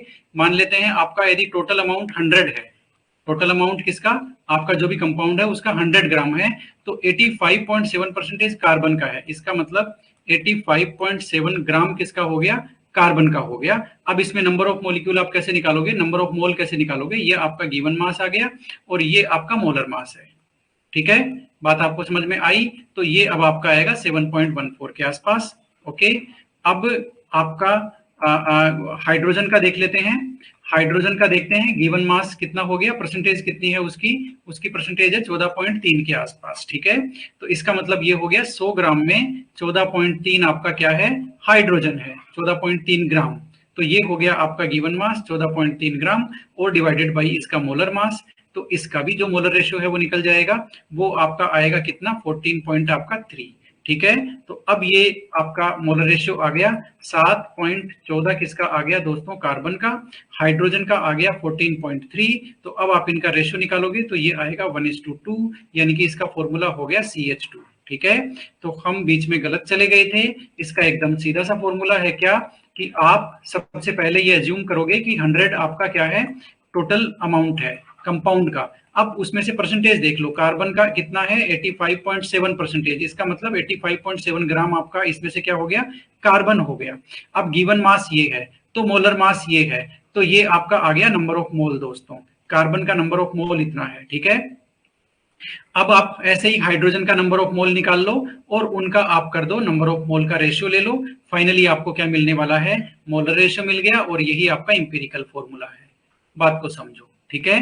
तो ये आपका क्या आ गया? 1:2 आ गया, ठीक है। तो इस तरह से ये है जो क्वेश्चन सोल्व होगा, ठीक है। इसने जरूरत से ज्यादा हमारा टाइम ले लिया, कोई बात नहीं। मैं देखता हूँ आप लोगों ने क्या लिखा, क्या क्या क्या लिखा है, और फिर फटाफट से आगे चलते हैं।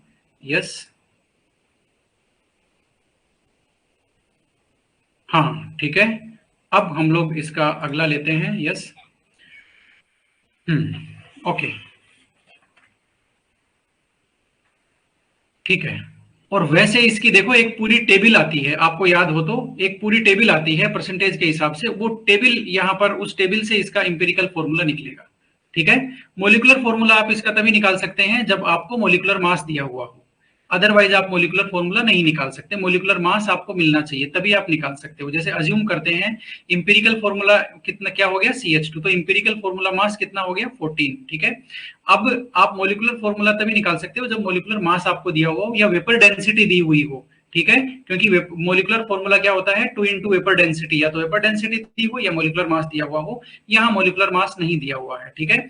अज्यूम करते हैं कि इंपेरिकल फॉर्मूला यदि CH2 है, CH2 है इंपेरिकल फॉर्मूला, तो हम ये मानते हैं कि ये कंपाउंड मान लेते हैं C2H4 है। ये हो गया ना C2H4 कंपाउंड, ये ओरिजिनल हो गया, ये इसका इंपेरिकल फॉर्मूला हो गया। इसका कितना है आपका? 24 और 4 28, 28 इसका मास हो गया, 28 इसका मास हो गया ना, ठीक है। तो यहाँ ये क्वेश्चन में देता कि 28 उसका क्या है? मोलर मास है। तो उसके हिसाब से हम इसका डबल करते 14 का, 14 को 2 से मल्टीप्लाई करेंगे तो 28 आता ना, 28। इसका मतलब इंपेरिकल फॉर्मूला को भी 2 से मल्टीप्लाई करते तो हमारा आता ये मोलिकुलर फॉर्मूला। ओके, ये बात है।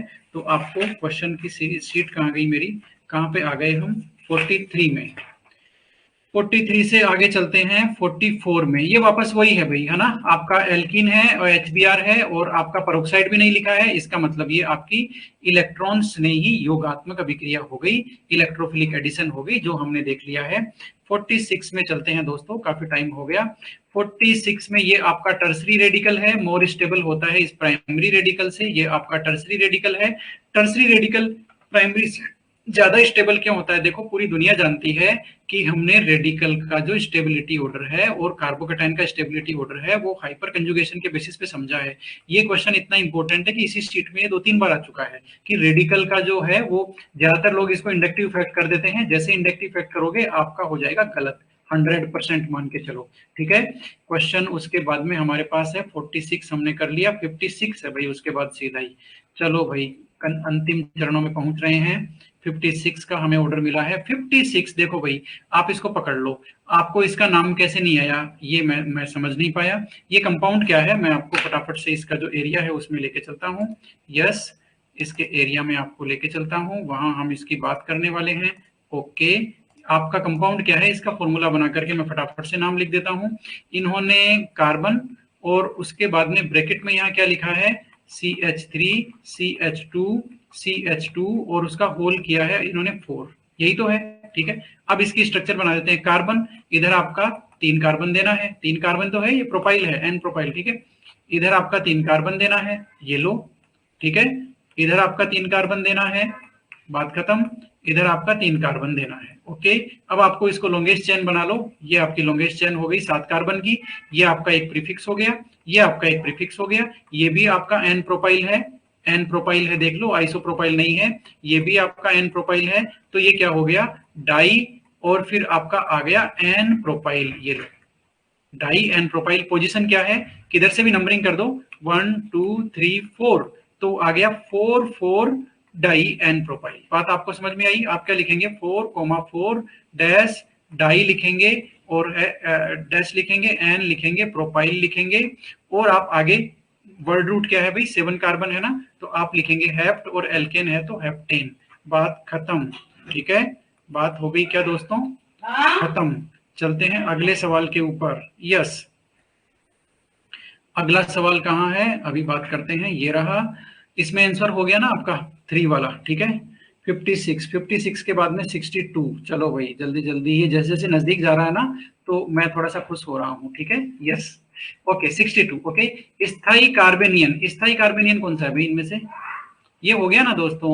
ऐसी भी क्या बात है, ये तो हम कर चुके हैं। कैसे स्थाई कार्बनियन, ये कैसे, देखो एक आपका कार्बन है, नेगेटिव चार्ज है, उससे आपने 3 Br जोड़ दिए। अब 3 Br क्या है दोस्तों, हाई इलेक्ट्रोनेगेटिव एलिमेंट है, इसलिए इलेक्ट्रॉन डेंसिटी को अपनी तरफ खींच लेंगे, उससे आपके माइनस चार्ज का डिस्पर्जल हो जाएगा, वो फैल जाएगा, ठीक है। और जब भी चार्ज का डिस्पर्जल होता है तो स्टेबिलिटी बढ़ती है। इसका मतलब यहाँ तो देखो ये प्लस आई इफेक्ट है, ये वैसे ही कम स्टेबल है, इसका प्लस आई इफेक्ट है ना, ये नॉर्मल है, और ये आपका माइनस आई वाले लगा हुआ है ब्रोमीन 3, तो माइनस आई वाला क्या करेगा दोस्तों, जाहिर सी बात है आपकी स्टेबिलिटी को बढ़ाएगा। तो सबसे स्थायी आपका 2 नंबर है 62 में, ये बात हम कर चुके हैं मेरे ख्याल से।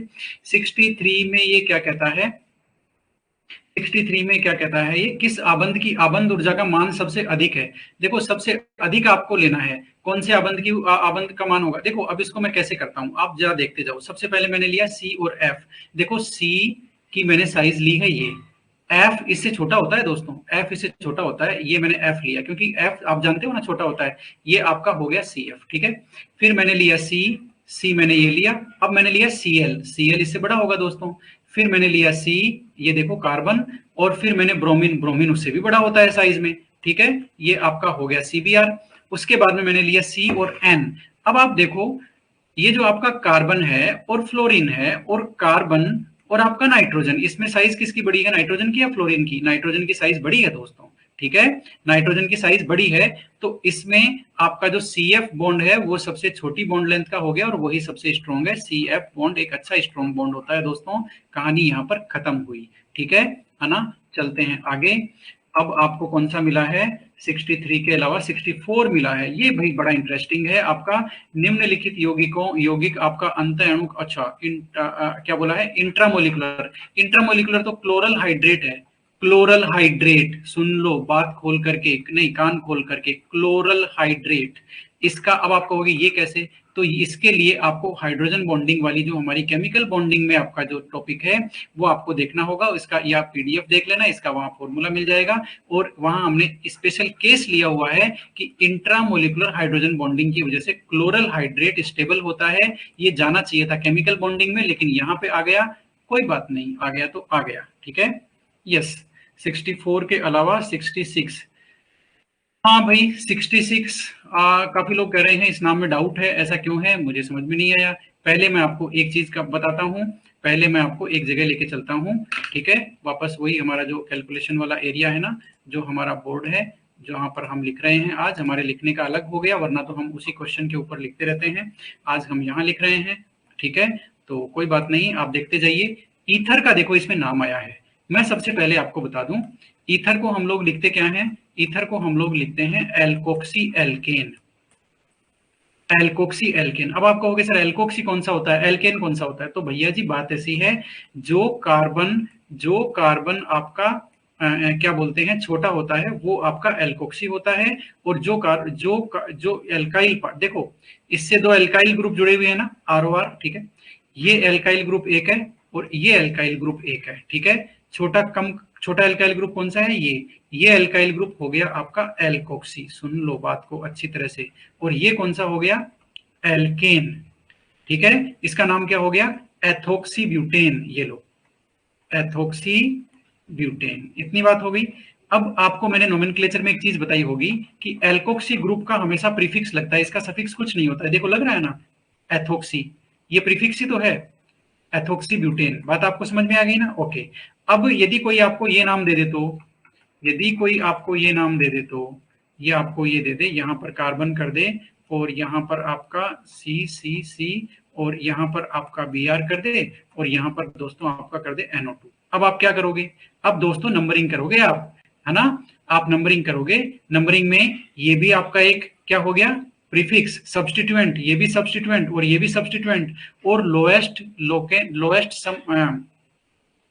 सेट ऑफ लोकेंट रूल है ना, उसके हिसाब से आप नंबरिंग करोगे। नंबरिंग किधर से करोगे, इसको 1 दोगे, इसको 2 दोगे, इसको 3 दोगे, इसको 4 दोगे। अब नाम कैसे लिखोगे, नाम में लिखोगे आप अल्फाबेटिकल को पहले, अल्फाबेटिकल को पहले। सुन लेना जरा, वो नाम मैं समझाऊंगा आपको, कोई बात नहीं। अल्फाबेटिकल को पहले, अल्फा ये आपका P से स्टार्ट हो रहा है, प्रोपोक्सी, ये आपका B से स्टार्ट हो रहा है, ब्रोमो, ये आपका नाइट्रो N से स्टार्ट हो रहा है। सबसे पहले B लिखेंगे, हम लिखेंगे 1 ब्रोमो।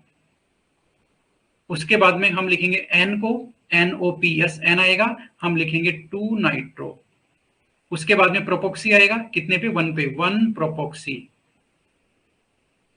या नॉर्मल प्रोपोक्सी लगाएंगे यहाँ पर, नहीं तो पता नहीं चलेगा ना कौन सा प्रोपोक्सी है। 1 नॉर्मल प्रोपोक्सी। और ये क्या हो गया आपका ब्यूटेन, ये इसका नाम है दोस्तों। कहाँ डाउट है बताओ, कहीं कोई डाउट नहीं है, ठीक है। अब आपको इसमें डाउट नहीं है ना, तो जब इसमें डाउट नहीं है तो उसमें डाउट क्यों हुआ, क्योंकि वो नाम इसी का तो भाई है। अभी बताता हूं मैं आपको। ये हम गए, ओके, आप वापस आ गए यहाँ पर, ठीक है। अब जरा देखो इसका नाम क्या है। अब इसमें जरा देख लो, नंबरिंग किधर से करोगे दोस्तों, नंबरिंग किधर से होनी है इसकी, नंबरिंग इधर से होनी है। यहाँ पर एक OH लगा हुआ है ना, ये देखो इसमें, अच्छा इस बार हिंदी वाले नाम ने बाजी मार ली भाई। इसमें ये OH यहाँ है, दिखा नहीं मुझे भी, ये यहाँ पर यार, ठीक है। नंबरिंग आपको पता ही है, फंक्शनल ग्रुप है, फंक्शनल ग्रुप जहां खड़ा हो जाता है वहीं से लाइन शुरू होती है, आपको पता है ना। नंबरिंग यहाँ शुरू होगी 1 2 और आपका 3, ठीक है।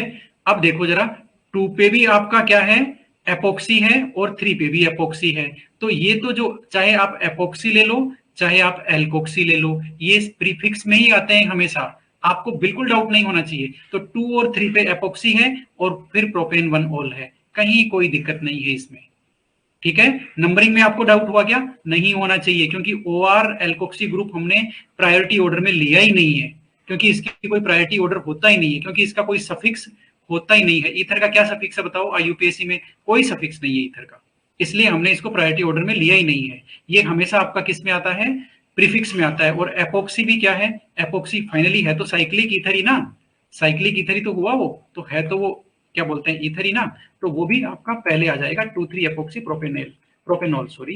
ये क्वेश्चन कौन सा था पता नहीं मुझे, हाँ ये देखो भाई, आपको ये क्वेश्चन सबसे इंटरेस्टिंग लगेगा, बाकी तो हो जो हो, ठीक है।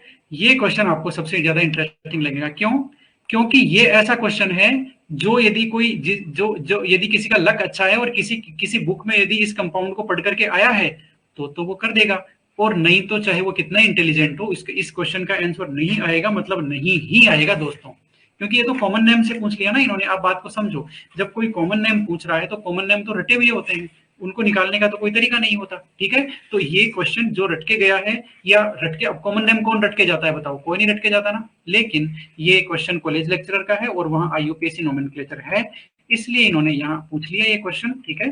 तो प्रोपार्जिल क्लोराइड दोस्तों किसी को याद हो तो ठीक है, वरना ऐसे क्वेश्चन को छोड़ना ही उचित होता है, क्योंकि थोड़ी ना हम पूरी कॉमन नेम की लिस्ट बना करके हम रट के जाएंगे कि साहब ये हमारे कॉमन नेम है, ये हम रट के आए हैं। ऐसे क्वेश्चन ही नहीं आने चाहिए, आप समझ रहे हैं ना। क्वेश्चन आने चाहिए क्वालिटेटिव, जिसमें बंदा कॉन्सेप्ट अप्लाई करे, ठीक है। ये क्वेश्चन ऐसा है, आपको पता है JRF किए हुए को नहीं आए तो नहीं आए, और क्लास 11 वाले को आ जाए तो आ जाए, ठीक है। ये क्वेश्चन ऐसा है, ओके।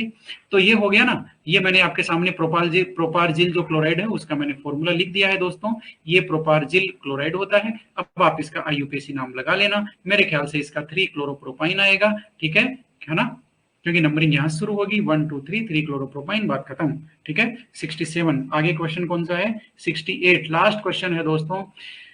तलावयवता जिसके द्वारा प्रदर्शित नहीं की जाती है, tautomerism is not exhibited by. Answer तो ये है भाई इसका, क्यों, क्योंकि अभी हमने ये एक आंसर निकाला था एक में। अब कोई कहेगा सर ये भी तो है, ये भी तो है, तो जरा बच के रहना, ये बहुत इंपॉर्टेंट है। कैसे, मैं बताता हूं आपको, ये कैसे टोटोमेरिज्म दिखाएगा मैं बताता हूं आपको। अब आपको मैं कहां बताऊं भाई, यही बता देता हूं, ठीक है, ओके। जरा देखो ये कैसे दिखाएगा टोटोमेरिज्म, बात को समझो जरा। मान लेते हैं ये हाइड्रोजन हमने यहां लगा दिया, ठीक है। अब आप देखना क्या हुआ, ये डबल बॉन्ड शिफ्ट होगा यहाँ पर, और ये हाइड्रोजन यहाँ पर शिफ्ट हो जाएगा। टोटोमेरिज्म में यही तो होता है, प्रोटॉन दो जो पॉलीवेलेंट सेंटर होते हैं उनके बीच में शिफ्ट होता है प्रोटॉन का, ठीक है, और बॉन्डिंग इलेक्ट्रॉन अपने आप को रीअरेंज करते हैं। बात आपको समझ में आ गई ना, साइमल्टेनियसली। तो इलेक्ट्रॉन इधर शिफ्ट हुए और हाइड्रोजन वहां शिफ्ट हुआ, क्या बना CH2, और CH2 पे ये बना आपका CH, और ये बना ये लो बेंजल्डिहाइड दोस्तों, बेंजल्डिहाइड है। क्यों नहीं दिखाएगा टोटोमेरिज्म, दिखाएगा, ये रहा आपका अल्फा H, कहां दिक्कत है। तो ये इसने इनोल फॉर्म दे दी, ये इसने इनोल फॉर्म है वो दे दी, तो जरा बच के रहिएगा ऐसे क्वेश्चन में कि आपको कहीं कोई इनोल फॉर्म तो नहीं दी हुई है ना। ये इसने इनोल फॉर्म दे दी, कहीं आप ये देखो अल्फा अल्फा अल्फा ढूंढो, सर यहाँ पर भी sp3 नहीं है, यहाँ पर भी sp3 नहीं है, नहीं देता है बोल करके, नहीं ये देगा, ये इनोल फॉर्म है, बात को समझो, ठीक है। ये इनोल फॉर्म है, इससे जरा बच के रहना होगा। 68 के बाद में हमें कोई डाउट नहीं मिला है। तो आज के लिए दोस्तों PYQ की जो सीट थी, RPSC PYQ, मुझे लगता है कि हम जो जितने भी क्वेश्चंस थे उनको हम लोग ले पाए हैं, ठीक है ना, उनको हम लोग अच्छी तरह से ले पाए हैं जो हमारी PYQ सीट है उसमें से, ओके। तो इसके अलावा तो अब किसी ने 61 लिखा है, चलो यहीं आसपास ही है, 61 देख लेते हैं, 61 देख लेते हैं भाई। 61 की डिमांड आई है, नाभिक स्नेही न्यूक्लियोफाइल कौन सा है भाई, देखो न्यूक्लियोफाइल कौन सा है, कल ही हमने किया है, परसों किया शायद, कोई बात नहीं। न्यूक्लियोफाइल कौन सा जरा देख लो, ये आपका, ये तो कुछ भी नहीं है दोस्तों, पता है ना, ये कुछ भी नहीं है, न न्यूक्लियोफाइल है न इलेक्ट्रोफाइल है, इसका एक भाई और है कौन, NH4+, ये दोनों कुछ भी नहीं है, न न्यूक्लियोफाइल न इलेक्ट्रोफाइल, ठीक है, ओके। अब आप जरा देख लो, ये आपका AlCl3 ऑक्टेट इनकम्प्लीट है, BCl3 का बड़ा भाई है, इसमें भी ऑक्टेट इनकम्प्लीट है, तो ये आपका क्या हो जाएगा, इलेक्ट्रोफाइल, ठीक है, बात खत्म। SnCl4 में इलेक्ट्रोफाइल का एग्जांपल हमने लिया है, SnCl2 का भी लिया है, इसमें दोस्तों लोन पेयर होता है, इसमें लोन पेयर होता है, ये आपका न्यूक्लियोफाइल है, कहानी खत्म, ठीक है।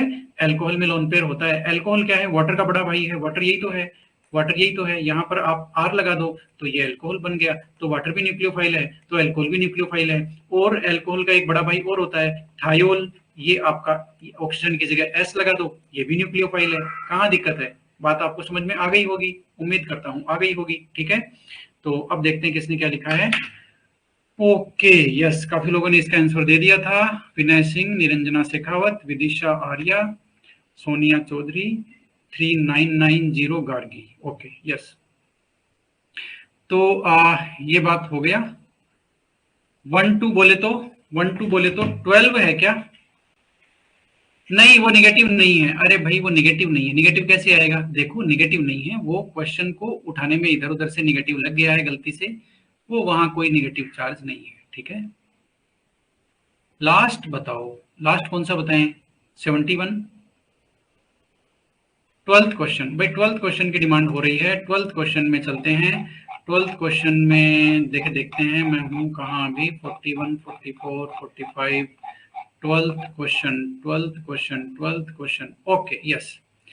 12th क्वेश्चन, ये हमने कल ही तो किया है। न्यूक्लियोफिलिसिटी में निम्नलिखित में से नाभिक स्नेही था। ओके, न्यूक्लियोफिलिसिटी देखो, एक बात समझ लो, जब तक आपका सोलवेंट आपका पोलर नहीं हो, पोलर नहीं, पोलर तो होगा, प्रोटिक नहीं हो, प्रोटिक नहीं हो, ठीक है, तब तक आपको स्ट्रॉन्ग बेस को ही अच्छा न्यूक्लियोफाइल मान के चलना है। Strong base is good nucleophile, yes.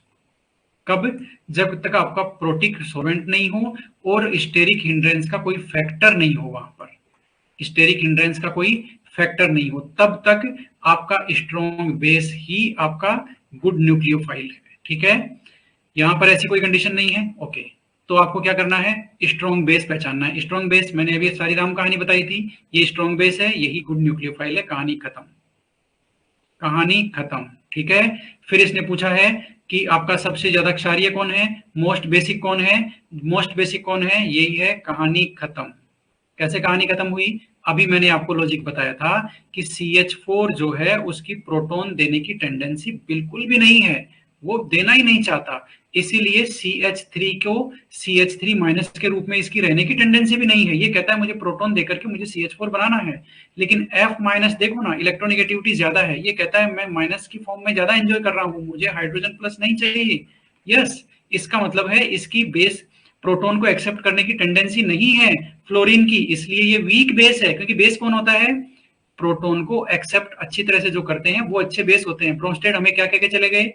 Bronsted हमें कह के चले गए कि भैया जी, जिसका प्रोटॉन एक्सेप्ट करने की टेंडेंसी होती है, जो प्रोटॉन एक्सेप्ट करता है वो बेस होता है, जो प्रोटॉन रिलीज कर सकता है वो आपका एसिड होता है, ठीक है। तो इसका F माइनस की प्रोटॉन एक्सेप्ट करने की प्रवृत्ति कम है, टेंडेंसी कम है, इसलिए ये आपका वीकर बेस है। जबकि CH3 चाहता है जल्दी से प्रोटॉन एक्सेप्ट करूं मैं, क्यों? क्योंकि ये माइनस चार्ज को बियर नहीं कर सकता ना, कार्बन की नेगेटिव इलेक्ट्रोनेगेटिविटी काफी कम है। उम्मीद करता हूं कि मैं इन क्वेश्चंस को सफिशिएंट टाइम दे चुका हूं। एनसीईआरटी एग्जांपल्स नहीं करेंगे क्या? हाँ, ये बात इन्होंने एकदम जायज कही है, इसलिए हम पहले चल लेते हैं भाई, या तो एनसीईआरटी में चल लेते हैं या हम नीट के पीवाईक्यूज में चल लेते हैं। तो एनसीईआरटी फाइल में हम गए, कहाँ पर? नीट के पीवाईक्यूज में हम आ गए हैं दोस्तों। ये पीडीएफ मुझे आपके सामने शेयर अभी मैं नहीं कर पाऊंगा। यस, मैं कर देता हूँ इसको बंद करता हूँ, नो, और ये मैंने किया है, ये मैं पीडीएफ आपके सामने शेयर करूंगा, डोंट वरी। एक सेकंड में मैं इसका पेन है वो ऑन कर लेता हूँ।